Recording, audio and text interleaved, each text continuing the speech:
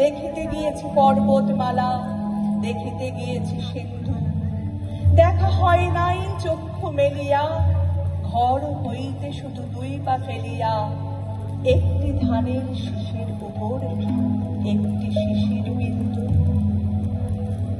বৈশাখ মানে শুধু গরমে ঘেমে নিয়ে এসিটা চালিয়ে নেওয়া, নতুবা ফোনের কলার টিউনে শুনতে থাকা এসো হে বৈশাখ, এসো এসো।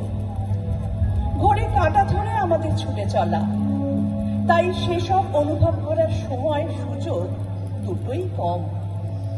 বিশ্ব উষ্ণায়নের দাপটে যখন কাল বৈশাখে শুধুমাত্র বেঁচে থাকে রবি কবিতায়, আনন্দে আতঙ্ক মিশি ক্রন্দনে উল্লাসে গরজিয়া মত্ত হাহারবে, ঝঞ্ঝার মঞ্জির বাঁধি উন্মাদিনী কাল বৈশাখীর নৃত্য হোক তবে।